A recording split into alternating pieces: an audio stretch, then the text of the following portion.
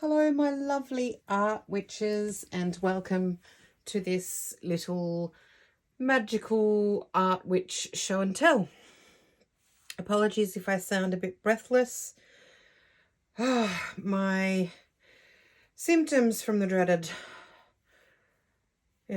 corona, have decided to re-manifest since having my last vaccination. So breathlessness is back and frustrating the hell out of me.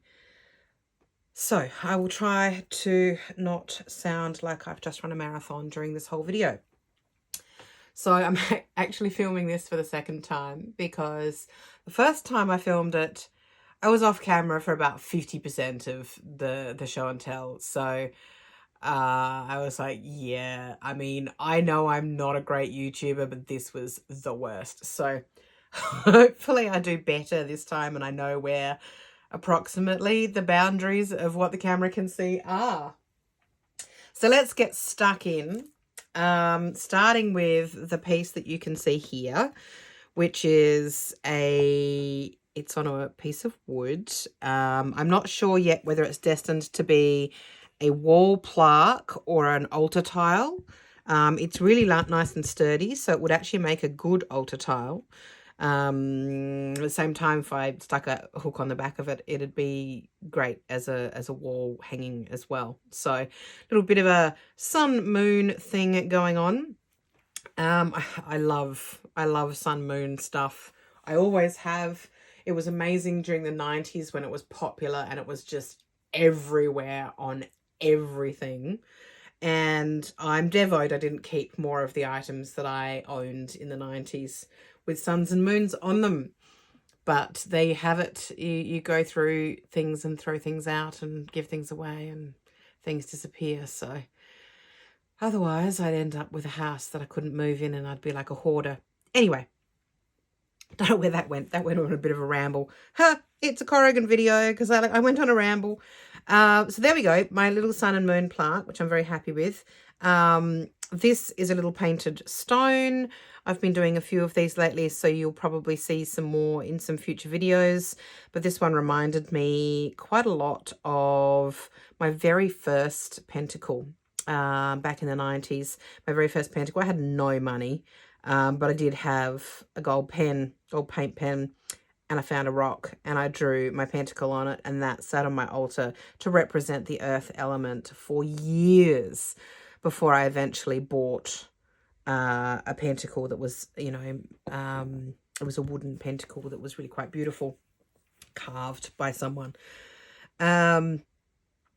So that's that one, or those two. You can see this is probably my favorite piece that I've got to show you today. This is an upcycle. So I was in my local craft store around Halloween and found this little sort of palmistry kind of statue with the word fortunes. I think it's supposed to be palmistry, but it's also got a bit of a Hamza evil eye vibe. So I don't really know what they thought it was going to be. I don't care. I loved it.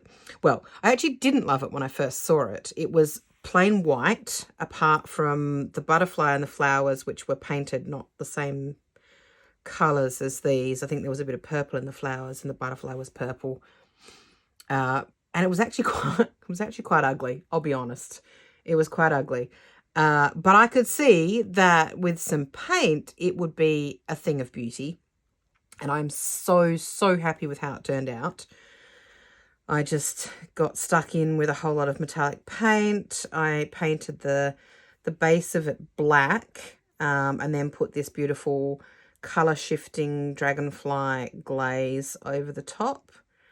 Hope that's showing up on camera. My camera is out of juice. Well, not my camera stand is out of juice, so it's not got the light on it today, and I apologize. I couldn't be bothered waiting for it to charge up before making this video because I'm an impatient Scorpio. So sue me. Anyway, this little guy, absolutely so thrilled with how he turned out. And it's been on my altar for a few days. And every time I see it, when I sit down at my altar to light a candle or something, I'm like, oh, squee, look. So that's making me happy. So that's a good thing. Must be magic. So what else have we got? I have a few little jewelry charms that I have created. This is a protection charm. Again, I hope that's visible to you on camera. This is just a bit of decoupage. When I found this eye image, I was like, oh, that would be really cool as a pendant. So there we have it. It's just on a little wooden disc.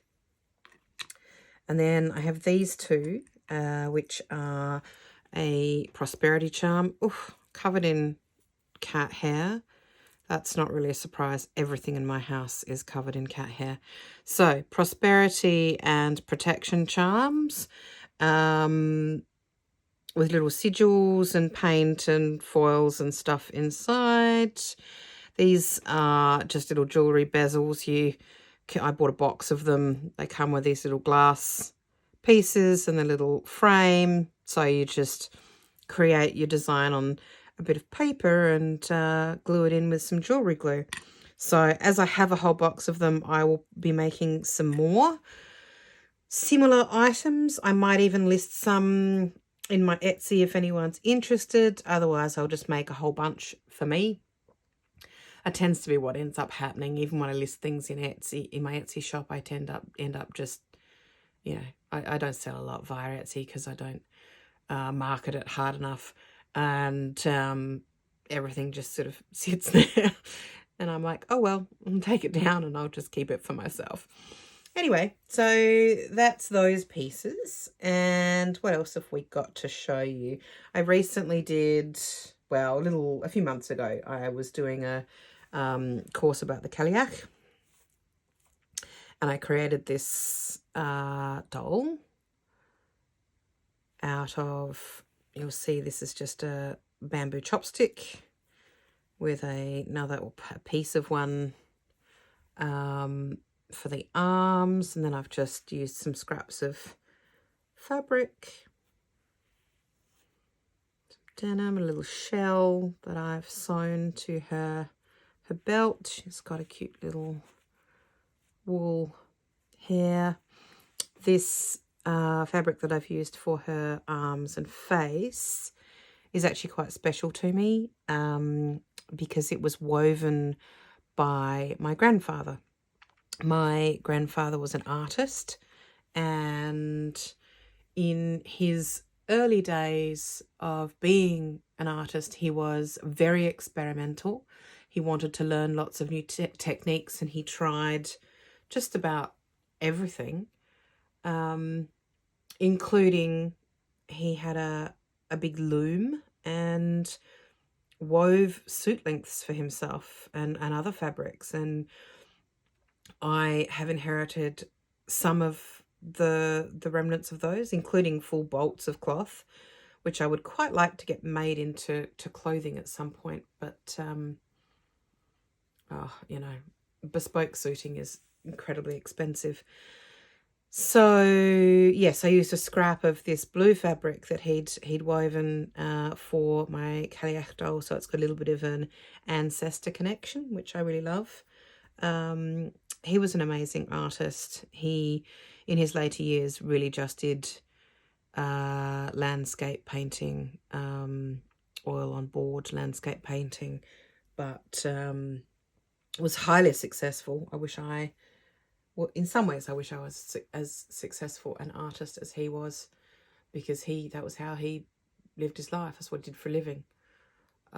Although sometimes I think, I'm going on another ramble here, sorry guys. Sometimes I think it could be a bit much. Like if you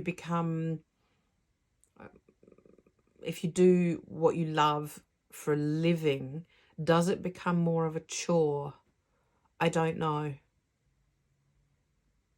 Not sure. I suppose I love my job, which is creative in its own way, but I enjoy getting a steady paycheck, to be honest. So anyway, let's just move on. Beltane. At Beltane, you may have seen in my little Book of Shadows tour recently. The drawing I did of this, which is a witch's ladder that I made from wool. These were 3 different types of wool. I did 3 strands of each and plaited them, and then plaited those 3 pieces together and then slipped the feathers through. I chose colours that I associate with abundance, healing or health, and protection. So that is a charm to bring those energies in, keep me protected, prosperous and healthy for the next year. Then we have another little Cailleach piece. We have this lass, who you might have seen before I upcycled it with the paint on my Instagram. I found her in the op shop, which was honestly a shock. I've never seen anything that even resembled my matron goddess before for sale, let alone in an op shop. So whether or not that's what the artist intended, she is very much the Cailleach to me. She's got a little bundle of firewood and an axe. She's got an apron. She can put her stones in it and create the hills of Scotland. No, she's marvellous. I love her. So that's another piece for my Cailleach altar. And actually, I'll show you the other piece. I'll show you. I'll just move this guy out the way. I've used hot glue, so we're about to probably lose some stones. Yep, there's a shell. So this piece is actually a good couple of years old, I reckon, at this point. Still covered in cobweb glue, hot glue, cobwebby bits. I shouldn't use hot glue. You know that I shouldn't, but I do anyway. And there's her little crown of shells. Gee, words are difficult. So this was actually a Molly Roberts tutorial on Patreon, but it's now available also in her Art Magic book on making statues from, this is from an old soft drink bottle and an old Christmas ornament and some twigs, some spray paint and some other paint and some hot glue, some shells. This is some family button collection using button magic again. So this is hard for me to film this way. I should have done this differently. Anyway, here she is. I was actually talking about this with a friend on Instagram, and she actually asked to see it, and I haven't posted it on my Insta because I'm slack like that and I forget about these things. So I thought it might be nice to show her off, even though it has been, as I said, a couple of years since I made her. What next? Let's show you my manifestation box. Again, you may have seen this one on Instagram already. So this was just a little wooden craft box that I've painted with some paints and some metallic paints. I've used some little resin pieces here. This little thrifted frame, which I have done a little artwork in there on some paper. These are some sequiny bits and some resin crystals that I've made, some little glass bits. This is another Molly Roberts Patreon tutorial, which was making these little decorative pieces out of recycled plastic container, painting it and sticking it in the oven and what have you. And so this is for me to manifest things over the coming 12 months. There's not much in it yet, but I have this little scroll, which I'm not going to open, but inside is one of my sigil lino cut prints and some other artiness for abundance. And I've also included this little piece of Molly Roberts ephemera because it was just so clearly a protection spell. And I thought, well, boom, instant manifestation of protection for me and my household in here. And I actually would like to make some more pieces a bit like this, similar to what I did for my little dream cards that you might have seen in a previous Book of Shadows tour. So I will be making some more of those to pop into my manifestation box over the next year. Then we have my little unicorn. I'm very happy with how she turned out. She was one of those, she's got more glue, one of those cardboard papier-mâché doodads you find in the craft shop.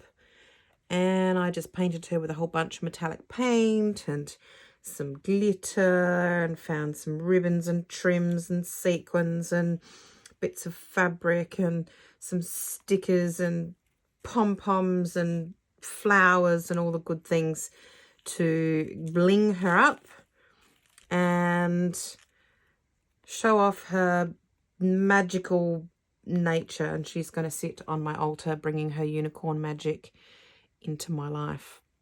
She, unfortunately, her horn got a little bit eaten by cats before I got around to painting her. So I'm hoping they're not going to get up on my altar and chew her any further. Fingers crossed she's now blinged up enough that she'll be able to protect herself.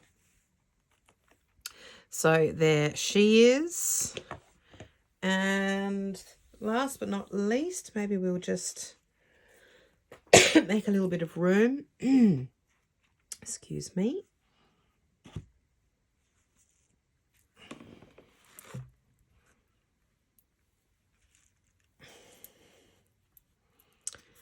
And I'll show you a couple of to be filled book projects that I have started. So this little one, I had this antique book that was falling apart. The pages were all falling out of it. But I loved the cover and decided that because I have signed up for a couple of courses and prompt, art magic prompt sort of things recently that are going to take up a bit of my time, I wanted a place to put them. So I turned this little book into a junk journal for my art magic courses, and just a bit of some nice bits of paper. I have started with my 7 keys to unlock your creative force notes, and there we go. So I've got a place to put all of that info, because otherwise it ends up scattered to the 5 winds, 4 winds. How many winds are there? 4, I suppose, because there's 4 directions. Anyway, so that's that. And I also have created recently some new books of shadows, or I suppose they may not end up being books of shadows, but some more junk journals. There are 3 of them. One of them is still sitting on my desk. I found, working in the last book, which I'll be bringing you a tour of shortly, I used a mixed media journal, Dina Wakley mixed media journal, and I had a bit of a love-hate relationship with it. I will talk further about that when I show it to you, but I just wanted to get back to my favourite large format junk journal for my next Book of Shadows. So I have made 3 of these, and they may or may not all end up being books of shadows, because I use these sorts of books for all sorts of things, but definitely at least one of them will. So there you have it. That's what I've been up to creating. And I hope it's given you maybe some inspiration to go out and get crafting or make a junk journal or upcycle something in your house with some bling. Dig something out of your recycling bin and turn it into art. And yeah, I hope you enjoyed this rambly, Corrigan-y, art witching show and tell video. And I will see you in the next one. Happy art witching, my lovelies.